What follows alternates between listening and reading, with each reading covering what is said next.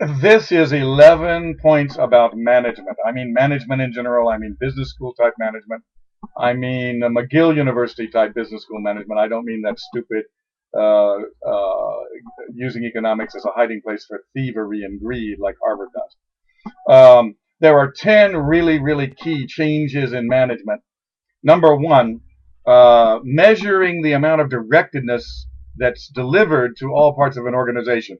Most organizations have almost no directedness delivered at all. I was working in a major international corporation bank in Tokyo a few months ago and measured the amount of directedness in a 1,500 person workforce. It was darn near zero. And the upper level, the direct reports to VPs and the VPs were hoarding so much information that no one in the workforce had any direction. And this has been going on for decades. This is not rare. This is the norm. When you measure the amount of directedness that each employee gets, you find that there's no leadership and managing going on at all. A bunch of newsletters and speeches that some idiot at the top thinks is a substitute for directedness. If people aren't directed, they aren't directed. They don't know the context in which to do what they're assigned to do. And the organization doesn't go anywhere. It goes in Brownian motion like a porcupine every direction at once. So that's number one. Measure directed. Number two, social indexing level. We have deep and solid and replicated scientific proof that if I walk into a person's room, individual room, bedroom, and office for 3 minutes each, I can predict their behaviors, their values, and how they'll be and work and perform far better than if I work with them every hour of the day from Monday through Friday for a year at a workplace. The amount of a person that comes to a workplace is so tiny, especially in Anglo, Descartesian, Western, totalitarian cultures, where you have this huge boss hierarchy as a substitute for the old European class system, a professional class system as a substitute, according to Blesdo. So, if you measure the social indexing level that a leader produces, that an organization produces, you discover almost nothing. High-performing teams out of a social indexing level, on average, 22% and above. Corporations have a social indexing level of 3% and above. Boy Scout troops have a social indexing level of 7%, nearly twice the level of any business corporation. Boy Scout troops. So modern leaders are terrible. They are delivering no social indexing. People are operating without any interaction, even though they have all these meetings and, little staff meetings once a week, once a month, and video meetings where we all look at the important boss and bow down and tell him how important he is. Just monkey crap is going on. Number three, the way we deliver directedness and management functions, the way we deliver the 64 basic management functions is so ineffective they're not being delivered at all. The way we deliver it is what's called a fixed inventory, which gives you simultaneously overshoot, too much inventory, simultaneous undershooting, too little inventory. We have too much managing going on everywhere, too little managing going on everywhere at the same time in the same people. And the way that happens is trying to deliver a set of functions with a fixed inventory of people, a special designated social class of people. That's a very ancient, very ineffective way to deliver any sort of functions to a large organization. There are at least 3 alternatives to that work very, very well, that are proven around the world, and it's just foolish people in America and Australia and Anglo societies that don't know how to do this. Number 4, pardon me, managing by events. Processes are slow, and for some things they are essential, but for most things they are too slow. They are invisible, they are forgettable, they are boring, and they invite more slowness. The longer they exist, the slower they get. Events are much faster, they're more visible, they're more intense, and you can focus outside and inside resources for them, so that the protocols by which people do work are more expert in events than they ever are in processes. So switching as much of your work from process form to event form is what all the top organizations in the world are actually doing. And people who don't have a program for doing this, I don't know what century they're living in. They're not living in the 21st century. Number 1, 2, 3, 5. Managing self, managing creatives.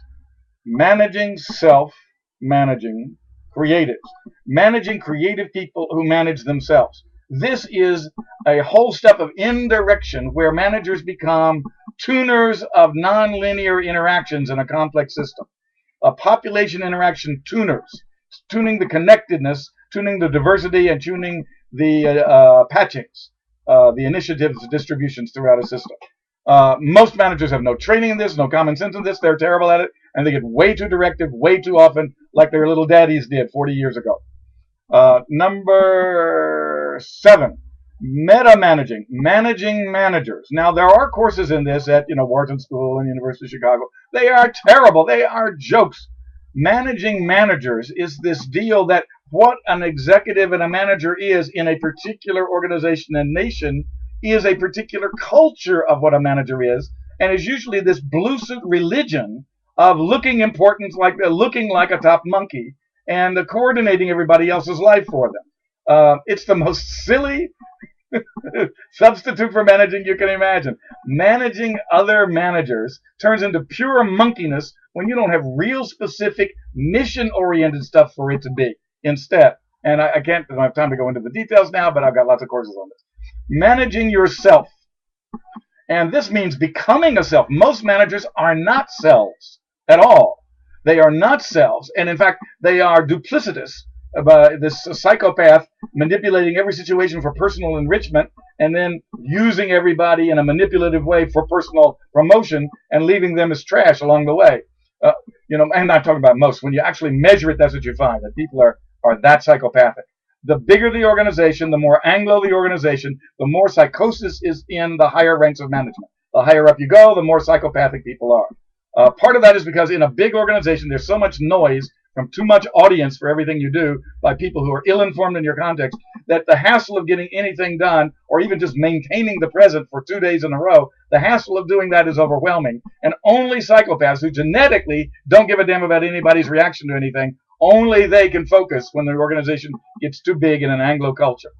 Managing self is a huge deal. There are 128 dynamics to it. No business school teaches more than 3 of 128. You start learning that, and your employees start observing that you manage yourself. Wow. Technology management. The workplace. The work to be managed. And the people doing the work are becoming, guess what? Surprise, surprise. More technical. Really more technical. And the technologies are changing every year, every 18 months, every 7 months, every 4 years, every 2 years, at different rates for different technical strands. And so more and more of the content of, now what you're trying to do is with people who don't know technology, who are not trained as engineers, who are not trained to do software, managing all that. That's what the stupid business schools are promising. And so you have these morons, and from a technology point of view, that's what they are, ignorant morons, managing stuff that they are ignorant about, and hiding behind economics as well. Economics is righter than your technology is. Well, that's how you end up with dead astronauts as rain, because you do that. This is happening more and more, that the business schools are generating technical idiots using economics as an excuse to ruin the technical basis of profitability and corporate systems. You've got to have, since the technology content of who is there in the workforce and what the product is grossly, exponentially increasing, you've got to have very sophisticated technology people who can also do the financing and make things profitable, and keep the key people so they don't leave whenever the MBA comes around. So you've got to redefine manager to mostly 50% technical greatness and 30% human greatness, and then 20% a bunch of other little skills like getting the government off the rack and lowering taxes and finance. Then total quality delivery of leadership functions. There are 64 basic leadership functions. It doesn't matter whether they're right. They're so powerful that if you get them all right, you're going to be way ahead of your competition. All you need to do is to have a total quality system for delivering and measuring your delivery of them all over your workforce. That's all. If there's only one thing you have to do a quality measurement of the delivery of those 64 functions to every work group. Find out which of those every work group needs during the year, when, and with what speed and quality that function's delivered, and by what means is effective at delivering it, and then you'll just blow past the competition. Total quality delivery of basic leadership functions will outperform great heroic charisma guys doing a little performance illusion that they're going to manage everything. Liberal arts of business, liberal arts of innovation, liberal arts of engineering, liberal arts of design. The fact of the matter is that MBAs and engineers are both barbaric. Uneducated people. The MBAs use economics to hide their greeds and their psychopathology of promoting themselves above all. The engineers don't do engineering or real design. They just tweak subcomponents for reassembly and recombination because they lack social skill. That's why they went into engineering. The MBAs went into econ and leadership because they lack social skill. and they wanted to manipulate people, but they certainly didn't want to be their friends, and they certainly didn't want to help them. And so you've got psychopaths over here who avoid human contact so they can be above other people, and then you've got people fleeing, not psychopaths, engineers, fleeing from emotion and social skill, which they feel like they don't have, into mathematics and engineering. And they make terrible engineers and terrible managers.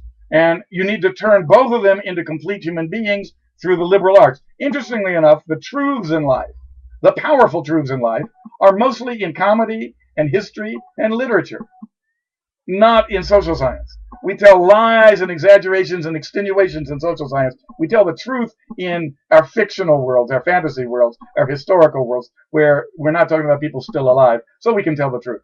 Or we're not talking about people who are real, so we can tell the truth. So I call them the imaginary and reality sciences, because paradoxically, the imaginary worlds are where we tell the biggest and most important truths. And as soon as you teach engineers and managers to do that, they can escape the neurosis of their engineer or MBA profession and become full human beings, curing that neurosis and zooming past competitors. Finally, it's a global world, and therefore managing culture is everything.